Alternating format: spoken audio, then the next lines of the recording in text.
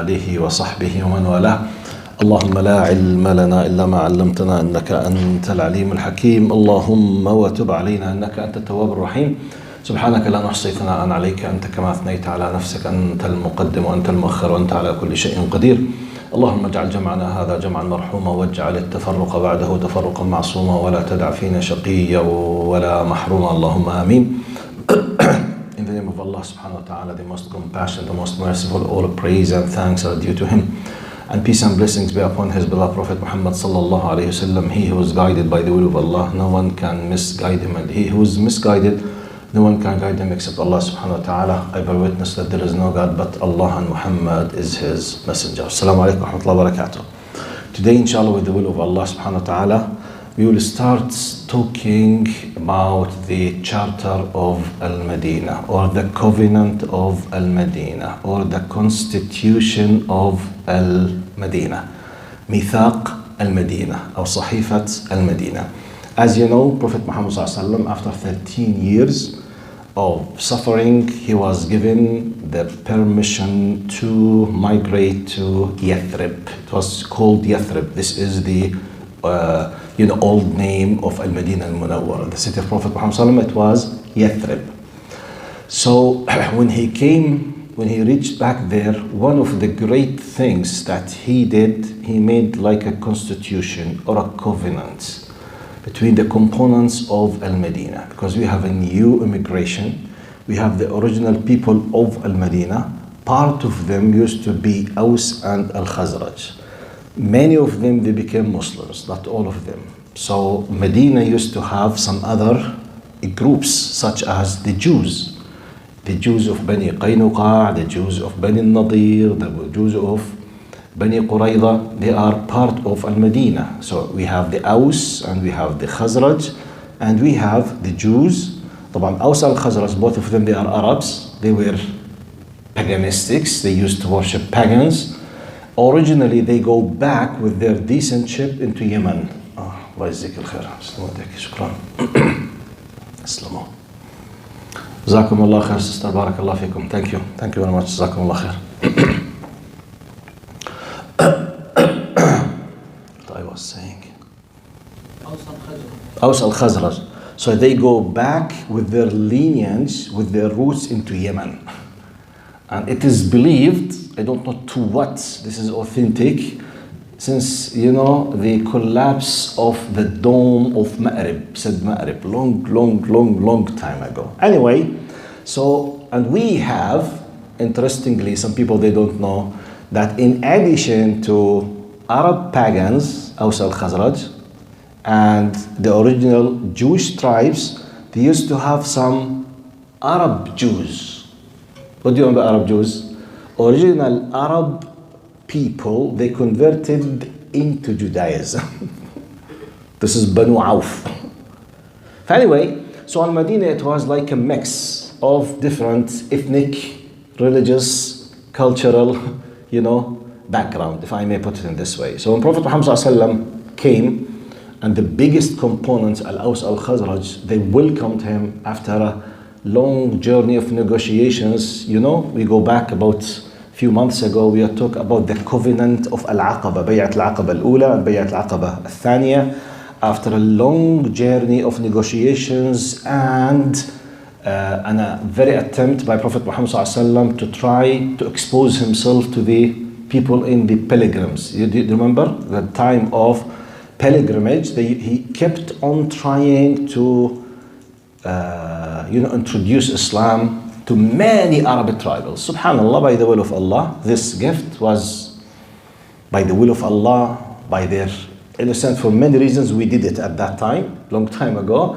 So part of Al-Aus al-Khazraj, they accepted. Then they came back, they negotiated with some of their brothers and sisters. They came back and they have the second meeting, Prophet Muhammad sallallahu alaihi wasallam. Then for a full year, Prophet Muhammad sallallahu alaihi wasallam sent a messenger or an ambassador. His name is, who knows? We said it many times. Yalla Shihab, don't look to the notebook. What's his name? The first letter is Mim. Mus'ab bin Umair. Na'am, jazakallah khair. Yes. Mus'ab bin Umair. So Mus'ab bin Umair, he stayed for a full year. After a year, he came to Prophet Muhammad sallallahu alaihi wasallam. He said, Ya Rasulullah, جئتك من المدينة ولم يبقى فيها بيت إلا ودخلها الإسلام. I came to you. This is like an exaggeration expression, which is very well known in Arabic language. Okay? We say, I've come to you and there is no one single house, but at least someone has become a Muslim. So now, Prophet Muhammad sallallahu alaihi wasallam migrated. And we spoke about the masjid. Do you remember? We spoke about the mu'akha and the masjid. The third one is the covenant or the constitution. We knew about the masjid. How did he choose the masjid? How he left the she-camel and it was guided by Allah so that no one will have dispute or problems. I want this place, I want etc. And he did the mu'akha, this kind of brotherhood.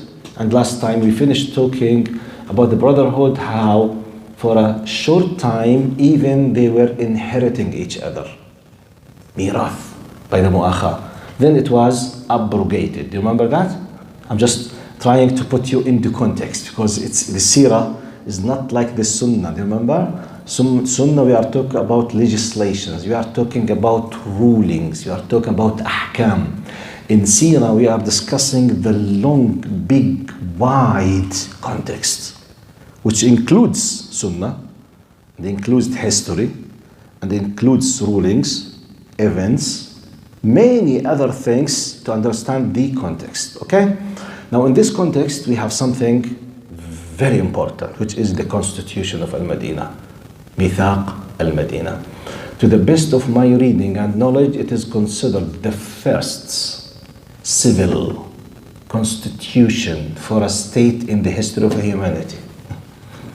You need to understand that, because people at that time, they did not have what we know now as a, like, okay, now we are very much more advanced and developed. We have what some people call the democracy, we have elections, we have, the people there. But people on earth at that time, either they have the monarchy system, Nizam al-Malaki, or the lordship system, the same thing, which is the feudal lords in Europe, or the big states which is based on military and religion, such as Persians and the Romans.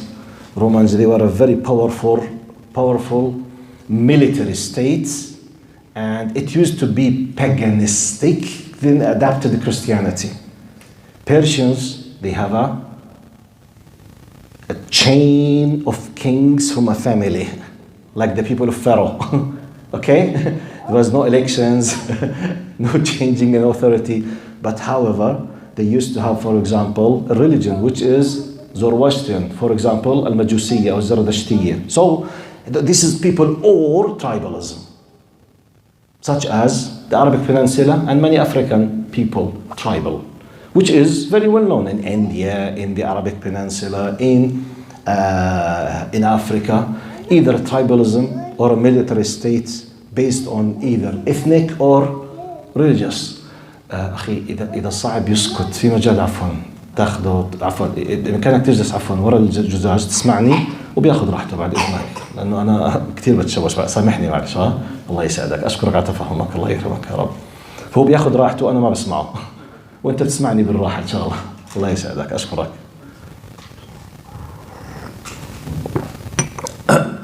Okay, now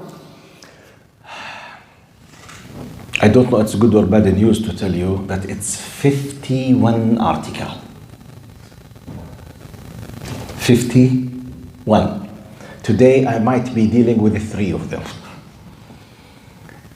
It's a constitution of a state. You know what I mean by that? State. When you go to the school of law to understand the constitution of your country in Canada or in America, you know what I mean by a constitution. The most important written, agreed upon covenant between the people of that country. It is the highest, by the way. You have laws, legislations, okay, rulings, the top, when they have That's why when they say, when you have a big trouble in the courts, they go to another court, third court, then the constitutional court. محكمة الدستورية. They go, according to the constitution, it's such and such. It's either will demolish, break, accept, approve, which is, there is no higher than that.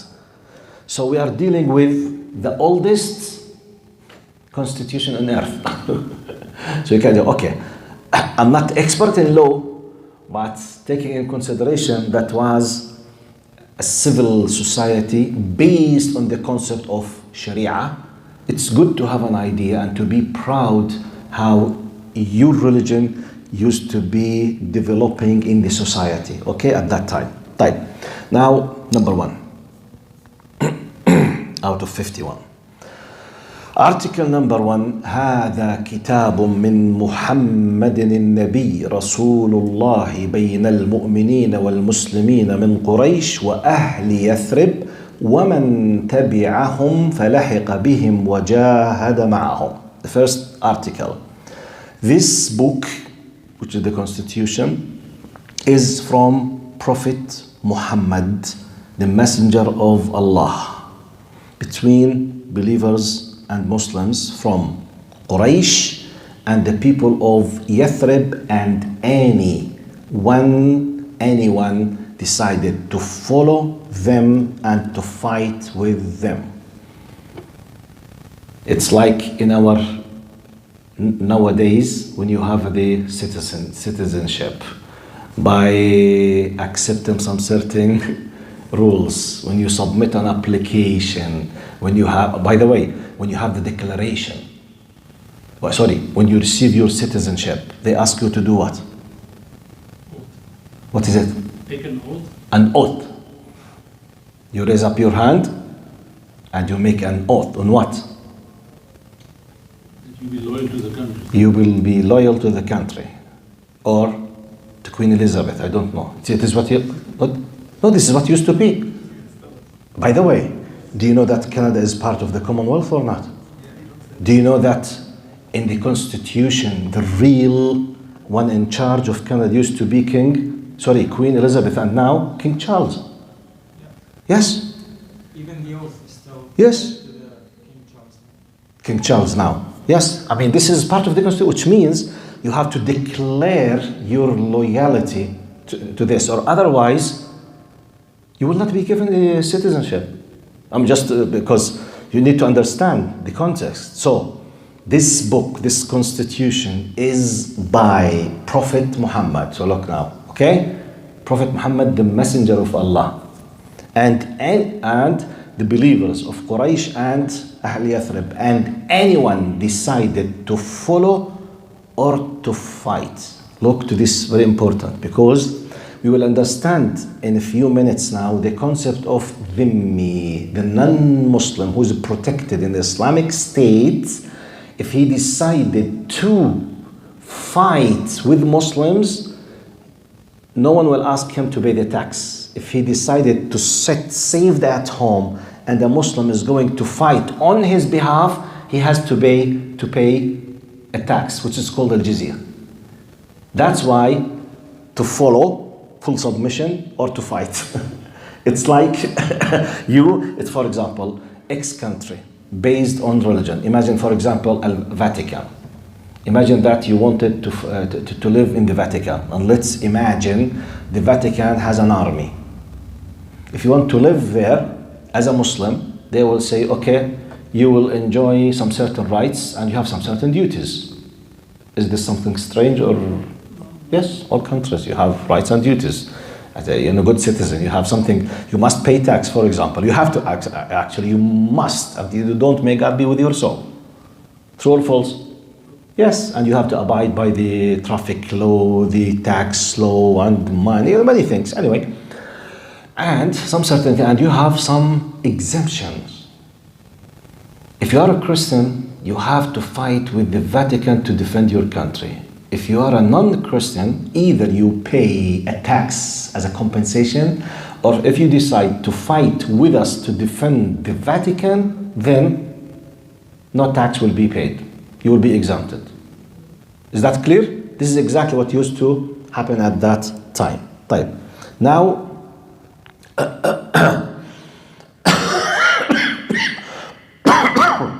they say, it continues, it says, the first article, Al-Ummatul Islami, first of all, Al-Ummatul Islamiyya فوق القبلية.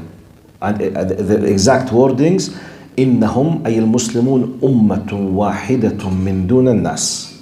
Now the new unity, the new umbrella that they will be gathering under it is the Ummah Islamiyya. Okay? The Ummah. Which they used to be tribes. So tribalism, it was the umbrella. Quraysh was a tribe. Banu Hanifa, tribe. Okay? Banu Tamim, tribe. They have alliance, but they have this kind of unity. They have the head of the tribe, they have the some title laws. Now, Al-Ummah Al-Islamiyya. Now the concept, it could be, maybe the best translation, the nation.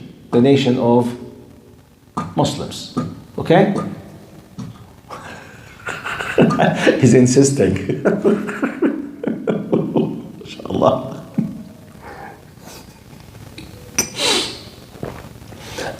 So number one, Prophet Muhammad ﷺ, Islam has decided that a new Muslim should give the priority to a new loyalty now, which is his religious identity, not for his ethnic identity. No problem. It's not haram to say I am, for example, an Arab. I'm a Persian. I am a Pakistani. I'm a Somali. I'm an African. No problem. No problem. But now the new citizenship, the identity which has the first priority for you is your religious identity, which is Ashhadu an la ilaha illallah wa ashhadu anna Muhammadan Rasulullah. It could be equal now to the concept of a nation here in English, or the nationality, they say. Now, which is what we were discussing. If you want to go to America, they don't mind for you to say I'm from Middle Eastern origin. No problem. They don't mind if you said I'm a Muslim or I'm a Christian or I'm a Jew. They don't mind if you say I'm a black or white or whatever. But your first loyalty as an American should be for America. So therefore, if you want to be in the army, part of your basic duties, your priority is to defend America. True or false? This is something we live now. Because some people say, no. This is the latest version of human understanding for loyalty is applied now. صح? True or false? So it's common sense. You know why I'm saying that? Because some people they say, but how come, it's on religious basis? So, we are on secular basis, we do the same. Do you have full freedom not to be loyal to the country that you hold its citizenship? Do you have that freedom? Or you will be what? Traitor. True or false? Yes. It will be treason. You must declare this loyalty. You have to. So it's not something strange, people. But everyone decides what is it. They say, okay, no, but I have a problem. Okay, leave this country. The same thing in Islam. I would love to be a Muslim, but I don't care with Quran, I don't care with Allah, I don't care to follow the Sunnah. Okay, don't claim that you're a Muslim, please. No one will chase you. May Allah guide you, but don't say you are a Muslim, because a Muslim by definition, is the submitter. The one who has decided to submit himself to the will of his Lord. In its latest version, which is Muhammad's Sharia, sallallahu alayhi wasallam. طيب. Now, number 2. Now, what we call number 2 contains Article 3, 4, 5 to 11, which means about 7 to 8 articles. All of them, they are gathered as one title. This title is what we call now is the social solidarity. The social takaful اجتماعي, like a new ties and bonds between these different components of the society. Now, example from that, 3-4 examples out about 7. قال المهاجرون من قريش على ربعتهم يتعاقلون بينهم وهم يفدون عانيهم بالمعروف والقسط بين المؤمنين. طيب, Arabs who understood what I have said? Let's forget non-Arabs now. I'm asking Arabs now. المهاجرون من قريش على ربعتهم يتعاقلون فيما بينهم. What is ربعتهم and what is يتعاقلون? Has anyone came across this terminology? Arabs, yes? I think it's the same. They still on their own faith when we're dealing to each other. Actually, you did about 50% of the meaning. Now, على ربعتهم means they will stay as they used to be in terms of what they call it هنا يتعاقلون. يتعاقلون, which means the Islam is saying in terms of, do you know what is التعاقل or العاقلة? It is the social tribal support system when someone kills someone else by mistake or with a clear intention. When someone commits a murder or causes the death of someone by mistake. Now, Arabs, they used to have a system, and it was partially approved by Islam and, developed and had a fine-tuning, which is, we have the concept of diya. Okay? The concept of diya, if someone caused the death of someone, in addition to the fact that he might be punished if he did it intentionally, if without intention, he has to do some kind of compensation. Okay? Now the compensation now will be paid by al-aqila. Al-aqila means a circle of close relatives. They will distribute between bainahum the heavy load of paying this money. It used to be 100 camels. Do you know in our now understanding today means what? The equivalent to 100 new brand Mercedes. Yani, just to understand, okay? Camel is the top and the best vehicle at that time. The best truck, the best vehicle, the best RV, the best the best of the king, okay? The best of the best. So if we considered an average of the best car for us as families, individuals, it will be equivalent to something 50 to 70,000. This is the average, more or less. We have cars with 80,000, 50, we have 20, we have 30. If just a simple, humble Toyota Corolla now, it's about 28 to 32,000, which is just Corolla. So if it's SUV, we're discussing between 50 and 80. So it's the desert SUV at that time. It's around 70 to 80 at least, multiplied by 100. So I'll talk about 7 millions. It's a big number. It's a big number. It used to be al-aqila, which means, amazingly, it's al-aqila. For Arabs, who knows why this system? It is the social, tribal, close relative supporting system in paying the compensation of killing someone. Okay? Like, why it was used al-aqila? Arabs, this is just for Arabs. It's impossible for non-Arabs to understand the relation, because you need to understand the meaning of the original linguistic meaning. Who knows? Al-aqila. Okay, it's from the word al-aql.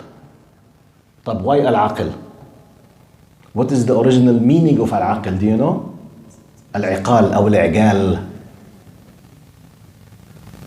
You know the original meaning of al-aql is what? It is the very tight rope that you tied something strongly so it will be, okay, protected or fixed. That's why al-aql was taken from al-aqila. That's why Arabs, they called al-iqal, iqal. Okay? It tides, it fixes, it controls, it takes, it protects. So al-aql was called al-aql because it's ya'qil al-insan. It's like, for example, the rope that they used to put around the neck of the camel, and it was tied next to something so the camel cannot escape or the horse cannot escape. It's a simple rope. In terms of the power, it could be nothing, but the horse or the camel cannot move. It will be fixed there. So al-aql, it protects you not to go here and there. It gives you the power that, hey, wait, where are you going? It do aql, which means, wait. It controls, it restricts. So al-aqila, it was derived, it is the social supporting system, which they pay money. طيب. If I know, look how important the Islamic and Arabic system for humanity now. If I know that, ممكن I apply the example in you, Muhammad, معلش. Imagine that Muhammad is my direct cousin. And I know in case if Muhammad was missing here and there, and he hit someone because he has a bodybuilding, and all the time he's trying to make fights with anyone.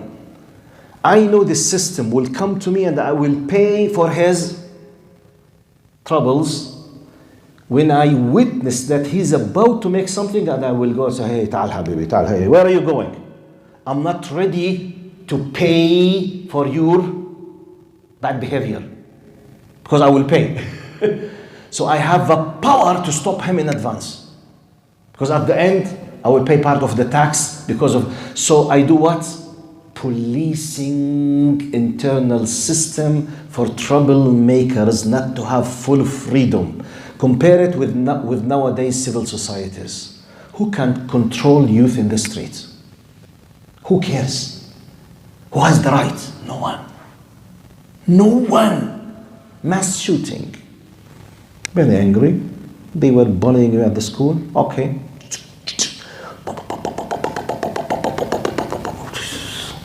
Minor. How many times this happens?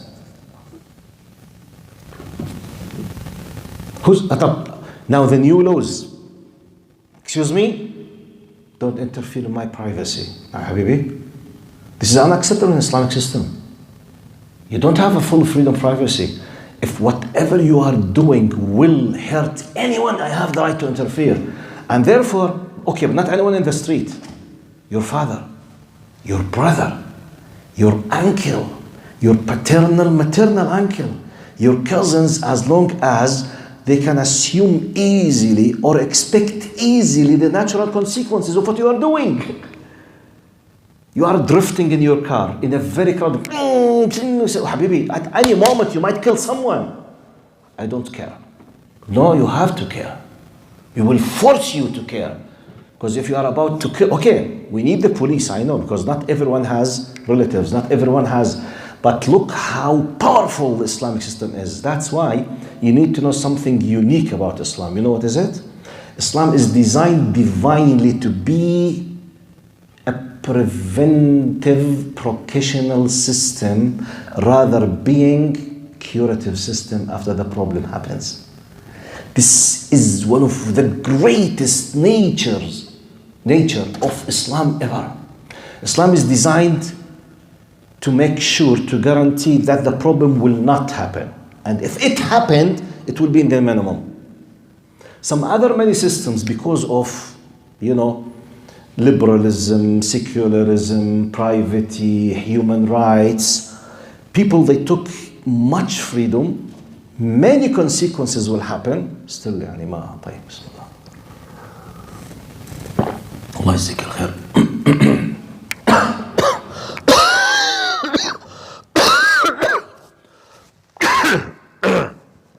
شكرا جزيلا.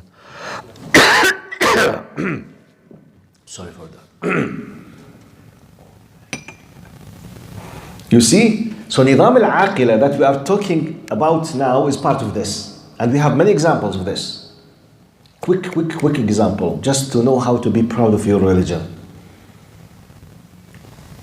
Why in Islam we are asked not to have khalwa between males and females who are not maharim? Which is khalwa? Khalwa, to sit in a place where you have a high security, that you are sure that no one can see you or approach you or have access for you, which means sitting alone in a house. But I don't have any bad intention, it's haram even without intention. The action itself is haram. Why? Precaution. مَجْتَمَعَ رَجُلٌ وَامْرَأَةٌ مَخْتَلَى. This is Islamic teaching. مَخْتَلَى رَجُلٌ بِامْرَأَةٍ إِلَّا وَكَانَ الشَّيْطَانُ ثَالِثُهُمَا. Once a man, and طبعا a man in our terminology, we are talking about non-mahram. You know, we have an Islamic terminology. Non-mahram means anyone this female is allowed theoretically to get married from.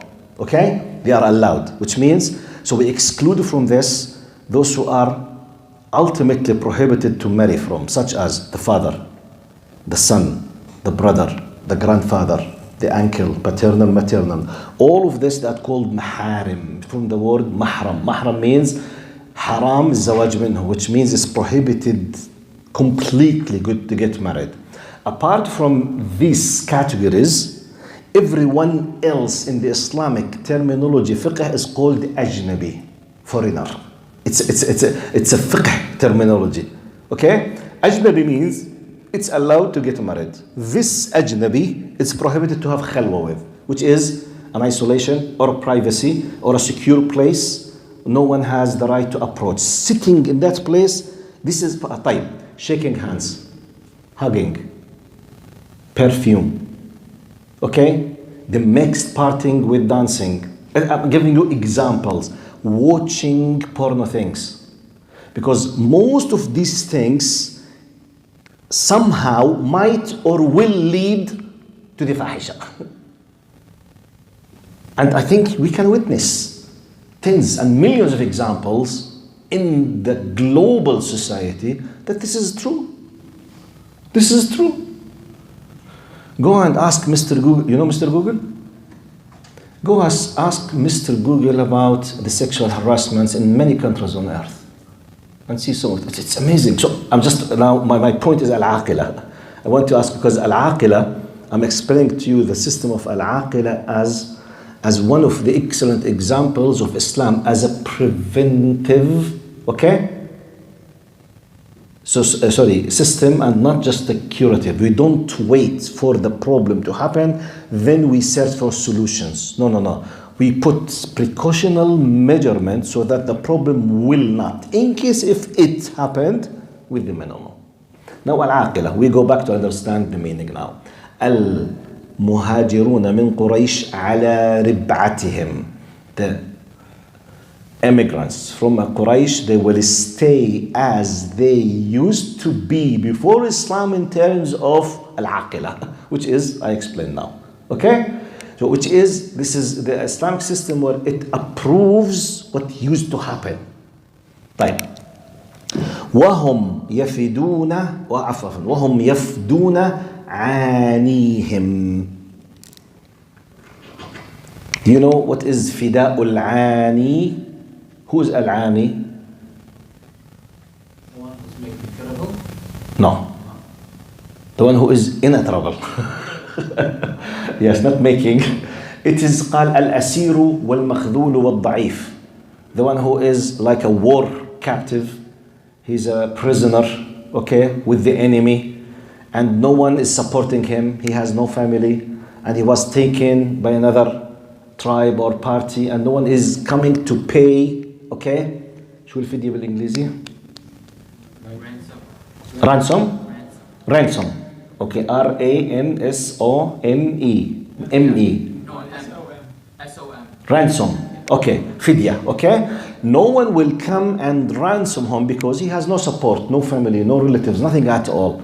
So now the second article, it's like a declaration that be careful. The fact that you have a new system, don't abolish the nice good things. We are confirming what used to happen between in terms of al-aqila and supporting al-ani. Al-ani is the war captives, the poor, the one who is in a very difficult situation with the enemy and no one is supporting him. So Muslims should be supporting him by paying the ransom or the compensation of money. Now, قال بالمعروف والقسط بين المؤمنين, and this should be done by ma'ruf and al-qist. Al-qist means al-adl, by justice, and al-ma'ruf. Al-ma'ruf, which means the agreed upon good things in terms of the general spirit of Islamic legislations, which means if you want to do it, be careful not to do it in a way against Islamic teachings. This is the second article. Now, under this same category, we have about 3, 4, 5, up to 11, which means 8 categories by details, the names of each one of them. One of them, I will mention it, which is number 4 here. قال وبنو عوف على ربعتهم يتعاقلون معاقلهم الأولى. It was agreeing and supporting the Banu Auf. Banu Auf, I have just told you that they were Arabs who converted to Judaism. They were converted Jews from all Arab origins. Okay? Living in Medina. قال وكل طائفة تفدي عانيها بالمعروف والقسط بين المؤمنين. Now Constitution says each sect or a group, because we have convert Jews, we have pagans, we have new Muslims. The Muslims, they are Quraysh and Al-Khazraj, and we have the Jews themselves. The Constitution says each group of those, as they used to support themselves, when someone is in a weakness and he can't pay the ransom or the compensation, his group that he belongs to or she belongs to, they have all to support each other to take care of this, war captives or, for example, a prisoner. It's like an amazing social solidarity system. Imagine, for example, that, okay, we are living in Canada now. I will just to make it simple for you, so that to read how powerful it is, the social solidarity. Imagine that Canadian authorities, by elections, they put a new law. Any Canadian citizen belongs to any religious or ethnic group. Once he is facing a disaster and it's proved legally that he has no insurance or no social support or something, it is the duty of his religious group or ethnic group, all of them by law must support. By law. Imagine, simple example, a Muslim, a new citizen, he has just came from Syria, he lost all of his family in the war, he is now 70 plus or something, no one is able to take care of him. Okay? He's an elderly person, he has some kind of medical needs. By law, if he lives in Oakville, the 10,000 Muslims in Oakville, they have to take care of him. Or by law, the Muslims of Mississauga, which could be more than 200,000, they have to have a system to take care of him, for example. It's, by the way, maybe you will find it, okay, so what? Don't forget that you are living now in the 21st century. And this system that we are enjoying now, it took development more than 2 centuries. It started 230 years ago by the French Revolution against the monarchy system and feudal lord system in Europe. And it took bloods and wars between people of this part of earth, and tens of wars, thousands and millions of people lost their lives, till we are witnessing this social system. I'm talking to you that this system started to be applied without losing the life of even single person. This is how you need to think about it. Better example. United States isn't considered for many people on earth one of the best democratic states on earth or not? True or false? I'm not talking about Muslims, generally speaking. American dream. Is it American dream for many millions or not? Is it true that millions of people, they kill themselves to go to the United States or not? True or false? Many people, they are ready to lose their lives just to have the American passports. But why? Question. Because of the human rights that they have there, the power, the money, the support. American government in general, they are ready to move part of their armies, and maybe they will bomb a country for American citizens. The feeling of dignity that your country is ready to even to do this. True or false? Does this happen or not? Mumtaz.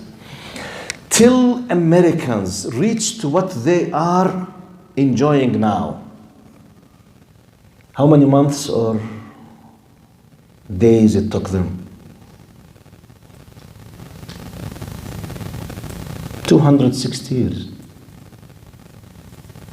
When they started, when they enjoy, now they celebrate independence. Do you know what is independence from whom? From British. So in what peaceful way or how many thousands of roses they threw in the face of the British till they left America? You tell me. What was the peaceful way that Americans were able to get independence? What was it? War? I'm talking about peaceful way. Were they able to have peaceful way? No. They were fighting for their freedom and for their independence. But forget that they had to kick out the British by fighting them. They themselves, how many years it took them to keep fighting between North and South just to settle down what we know now as United States of America. Do you think that the 50 states, they were united by default? So European people, they went to the Newfoundland, even though it contained 120 millions, but subhanAllah, it's new discovered Columbus. Okay, anyway, so just they slept, they opened their eyes, United States. Did it happen? For tens of years they were fighting, till they settled down what they are enjoying now.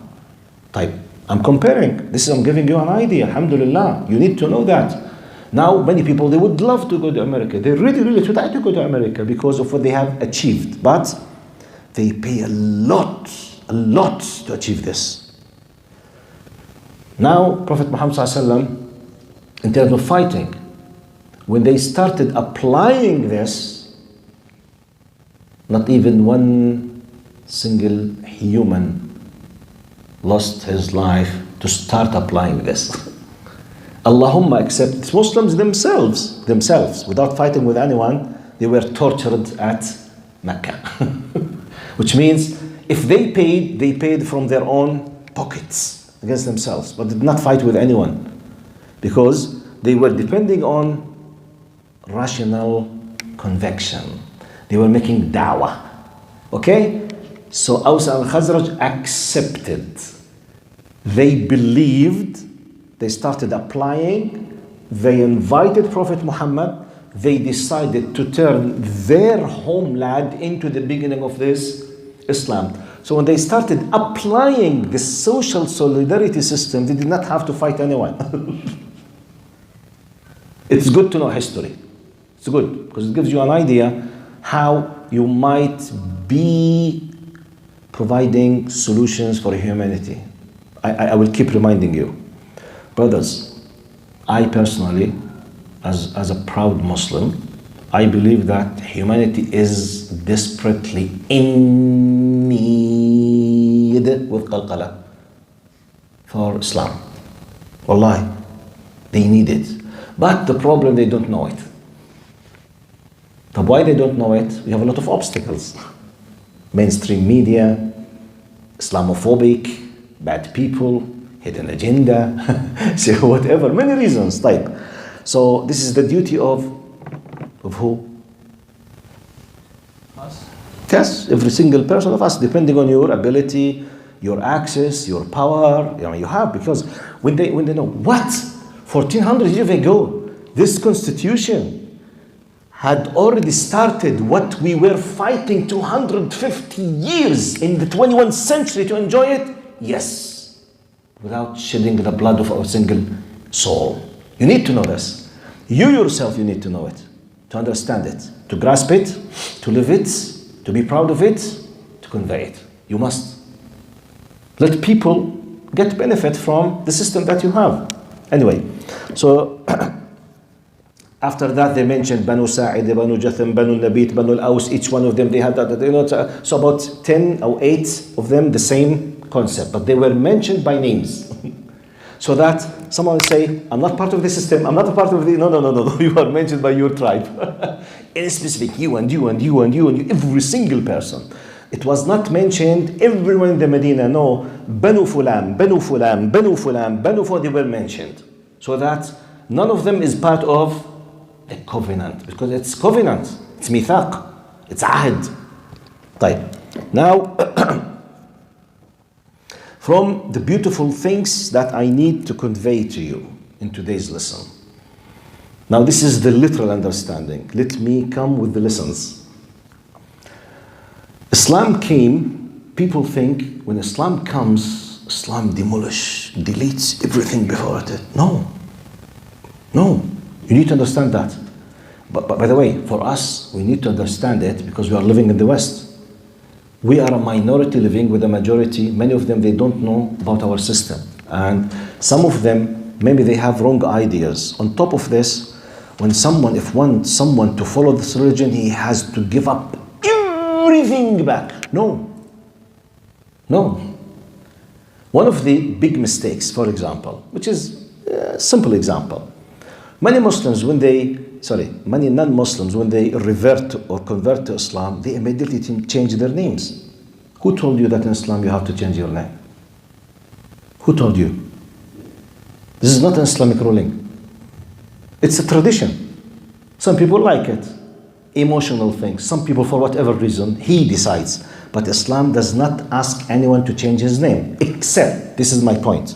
Islam came, they used to do al-aqila. I explained to you what's al-aqila. Is there anything in al-aqila but highly praised in Islam or not? Approved. It was at the time of ignorance, and it might go to the roots of Ibrahim alayhi salam or Ismail alayhi salam. Very nice, powerful, social solidarity, a great social system, approved, tick, with green tick, no problem. So Islam did not come just to demolish and delete everything. You will be completely, we have a big points, the faith, the big loyalty. It's not your father, it's not yourself, it's not your tribe, it's Allah. You have some certain things. You have to respect your parents more than anyone else. It's prohibited to lie. It's prohibited to drink alcohol, so that alcohol will not destroy your rationality, the power of intellects, so that you can function. Because when you lose this, no function. Very simple. 1 + 1 = 3. صح? Is it simple? Sheikh, you are drunk. Yes, I'm drinking. Or something else. But it's a common sense. Simple things. As I told you, the haram, prohibited things, maybe that's 2-3% of our lives. The wajibat, compulsory things, 2-3% or 5%. The majority of our life is mubah, legal, open. Millions of things. It's prohibited to drink alcohol, but I have thousands of drinks and liquids that I can drink. It's prohibited to do fahisha, the fornication or the adultery, but I'm allowed to get married. If we don't agree, divorce and go married. Don't agree, divorce and get married, no problem. You as a man or as a woman. No one is forcing you. In Islam, alhamdulillah, we don't have an eternal relation. For whatever reason, you don't like him, you don't like her, you don't agree upon you, whatever. But do it in a noble, legal way. You get into this house of constitution or institution of marriage legally from the door. It's unacceptable to come from the window. No boyfriend, girlfriend. It's from the window, from the door. وَأْتُوا الْبُيُوتَ مِنْ أَبْوَابِهَا. You want to marry? Go on, speak with the wali. Oh, Sheikh, you know, I'm a strong, independent woman. No, habibi, no. The wali is there for protection, just to give her the dignity, so that to protect her from negotiations on her dowry, or her rights, or what she wants, or what she hates. She will be like a queen sitting there. I am as a wali and go and fight on her behalf. Not she. She will be free, you know, with her dignity there. This is the wali. So we have our rules.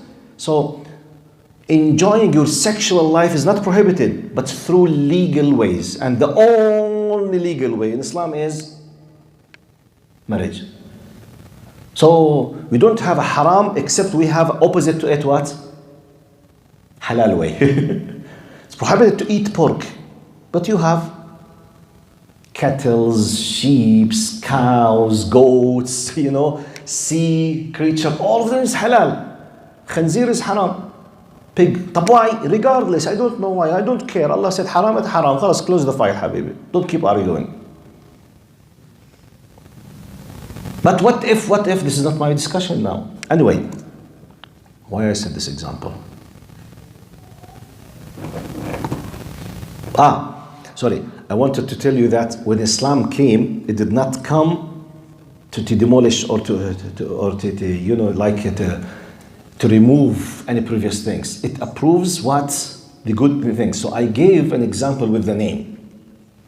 But on the other side, some certain things it was completely untolerated. It's impossible, such as depriving females from their rights. Females in the ignorance, they used to be buried alive. They had no right to choose their husbands. They had no right of inheritance.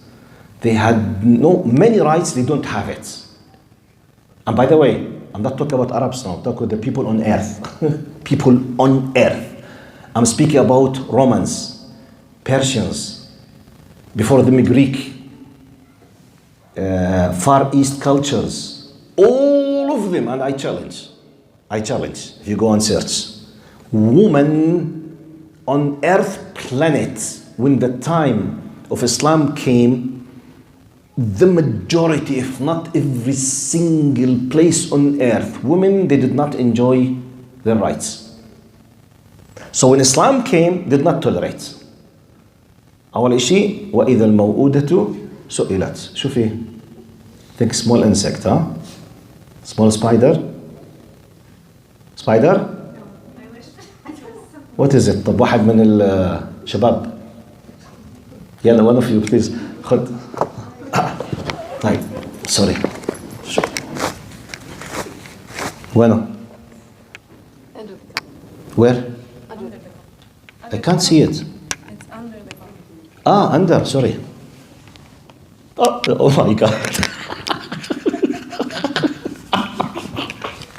Allah, I thought it's that size. Okay, no problem. طيب خير إن شاء الله.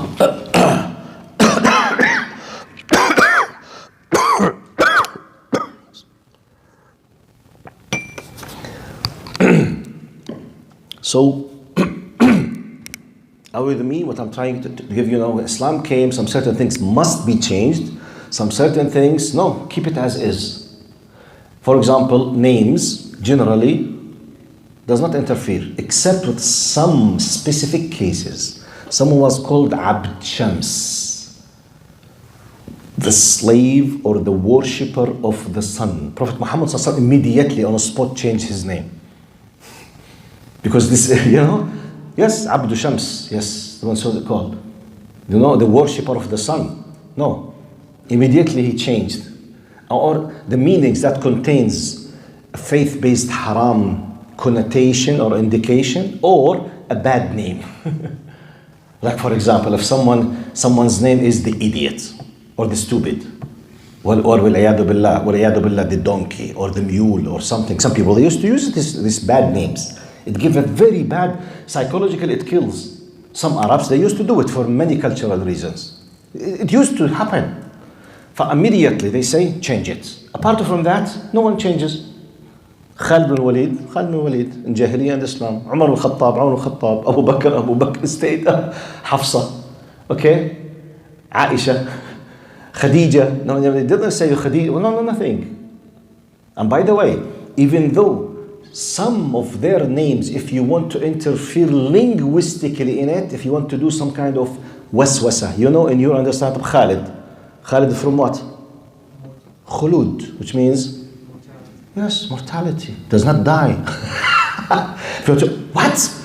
No, leave it as is, because the people, they don't mean it, okay?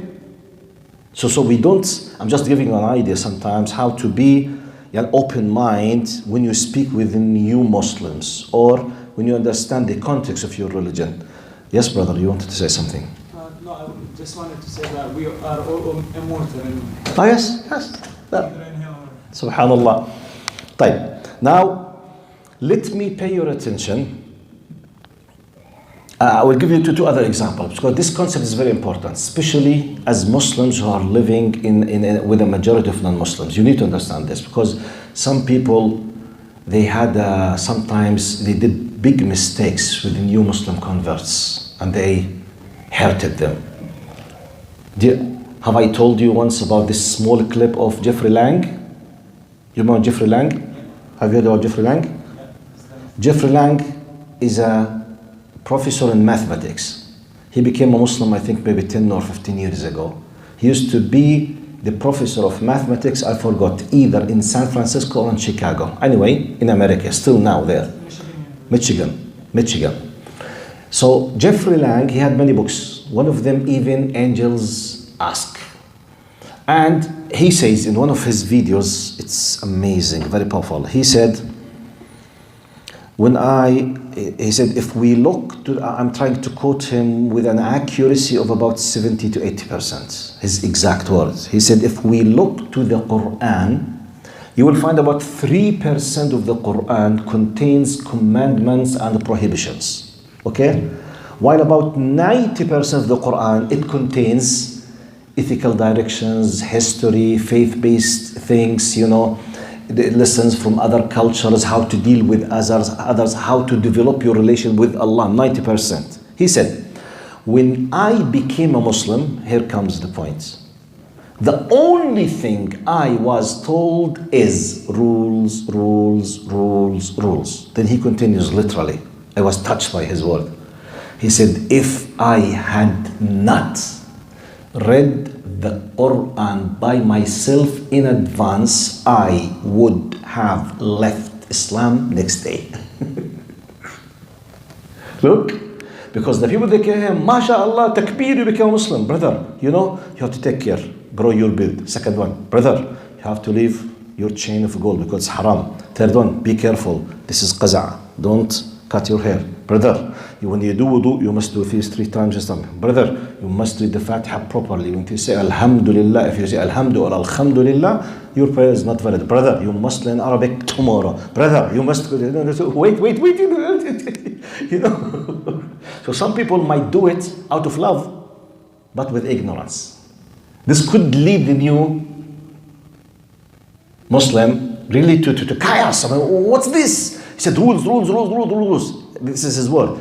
If I had not read the Quran by myself in advance, I would have left Islam next day. So by the way, in light of what we're understanding here, this is the origin of the great rulings. That's why, for example, in Islam, look how reasonable Islam is. Now, slavery.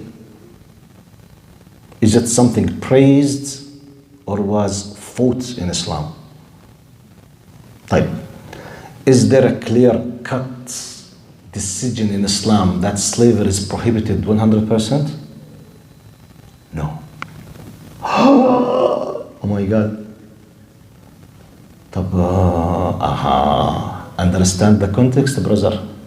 But Quran was encouraging people to leave it anyway. Yes, we have tens of what we call the kaffarat. When you want, to cleanse your sin when you do such and such and such. On top of it, tahrir abd, tahrir raqaba, which is to free a slave. But it was not 100% prohibited.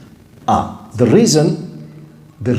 main reason basically is it was the culture of people on earth. Be careful. Which means Romans, they used to enslave Persians, Arab Christians, pagans, Indians, Africans, wherever you go. If you have a fight with any group on earth, the end result of a war will be, if not all of the enemies were killed, if they're captured, males or females, they will be what? Enslaved. This is the culture of people on earth. So imagine Muslims, they are the small group among an ocean of a tradition based on slavery. Imagine how idiots and stupid and weak will be. So they are fought by many people against them, and they are fighting back to defend themselves. When someone takes prisoners from them, they will be enslaved. And their religion, they say it's completely prohibited. We can't take slaves. What's the saying? Look, Muslims, idiots, go and kill them, take slaves because their religion prohibits for them. We'll be idiots. So therefore, Allah subhanahu wa ta'ala, internally, He encouraged us with 99% of all of our sins to free ourselves from the sins, to free a slave. But if an enemy is attacking you and he's taking from you slaves, you have the right to deal with him as they deal with you, which is to keep your dignity. You understand the context? Because some people, they say, if Islam is genuine, if Islam is true, if Islam, why did not prohibit completely? This is the historical context. Simply, very simple. Is it complicated? No. If everything is stopped, no one is using, we will not use it. But what if they used, and actually they used to use it for tens and hundreds of years. By the way, it was the culture of humanity up to the last 100 plus years. Do you know this? Do you know just, yeah? It wasn't just the culture, it was essential. There was no jobs. Yes. So this is the only way to build the civilization. There was no labor jobs. يعني even the utopia of Plato, Aflatun, Madinah al-Fadila. You know Plato? Utopia, which means المدينة المثالية الفاضلة. يعني the best ever imagination for how an amazing, beautiful, ideal city should be. The basic part of this city has slaves. Which means they did not ever imagine that they can have a civilization without slaves. But let's not go far. When our dear neighbors, they stopped slavery on paper. When? Less than 160 years ago. I mean, yesterday. I'm talking officially, طبعا. But still, up to this point, we are still facing what's called racism, which is the small, simple part of, okay, still, even with the big civilizations. So it's a big human culture. It's a big human culture phenomena that people are suffering from. But understand the context. And the last example about, I'm still dealing with the first 10 articles of, but now I'm just focusing and emphasizing on the concept of tolerance of Islam, of when Islam comes, it does not change and demolish everything except the basic things that goes against the basic principles of Islam. The final example, which I finish with it, inshallah, before Brother Salman comes, inshallah, okay? Is he here? No. Oh, alhamdulillah. Okay. I will keep talking. He here? Oh my God. Try to busy him for a while.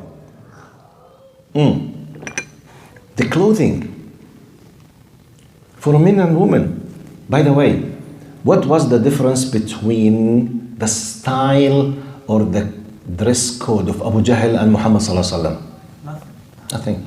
The same. Do you know it was the same? Yes, the same. So when Islam came, did not discuss, but it gave specific conditions, restrictions.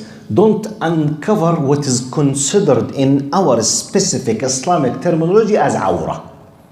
Which, by the way, to the best of my knowledge, no one is using the concept of awra except Muslims on earth. طبعا, awra, it's a terminology that is applicable on many categories.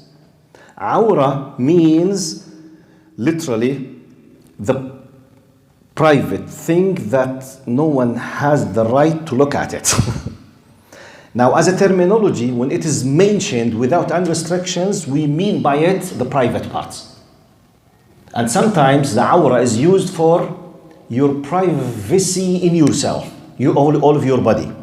And awra, it could be your sleeping room. Awra could be all of your house for the people outside. Okay? So the house is awra for the stranger. Your sleeping room is a awra for your kids. You get my point? So we have levels of the word awra. But mainly, if it's just mentioned without restrictions, the mind in Islam goes to the private parts. Okay? And it goes to the restriction in Islamic coding system for males and females. For a female, everything should be covered with loose and transparent, okay, except face and the hands. The rest of the body, when a female Muslim goes outside the house, it's called awra. And so on. Now, my point, when Islam came, did not interfere a lot. For example, look, for men, does not discuss anything except don't uncover from the knees up to, to the mid of your tummy, for example. When it came to the sisters, they used to have a clothing, and they used to have what they called in Arabic classical language al-khimar. And by the way, al-khimar now, many of us, we use it for our face cover. The original meaning of al-khimar is the head cover. Anything that is laid on the top of the head in Arabic classical language when the time of revelation is called khimar. Okay? So the khimar used to be there, but it was loose, which means the hair, can be seen from here and there, and this area. This is called al-jayb. So Islam came, made a modification for the females. He said, وَلْيَضْرِبْنَ الضَّرْبَ الشَّدْ, which means make it tight. بِخُمُرِهِنَّ. The khimar is already there. So وَلْيَضْرِبْنَ, which means making tight. بِخُمُرِهِنَّ عَلَى جُيُوبِهِنَّ. This used to be tight like a scarf, like a loose scarf. Okay? So when they were asked to do, قال وَلْيَضْرِبْنَ بِخُمُرِهِنَّ عَلَى جُيُوبِهِنَّ. And the other ayah about jilbab. يُدْنِينَ عَلَيْهِنَّ مِنْ جَلَابِبِهِنَّ. They used to have this, but now please do it loose and transparent, don't make it tight. A modification. For men, don't uncover such and such, generally is the same clothing. So just understand the flexibility of Islam. Brother Salman, I'm ready to stop, Seerah. You can start, Seerah. This is our timer, mashallah. Jazakumullah khair. See you tomorrow in the tafsir if you wish, inshallah, or next time with the Seerah. Assalamu alaikum wa rahmatullahi wa barakatuh. I thought you are not here. I wanted to escape with it.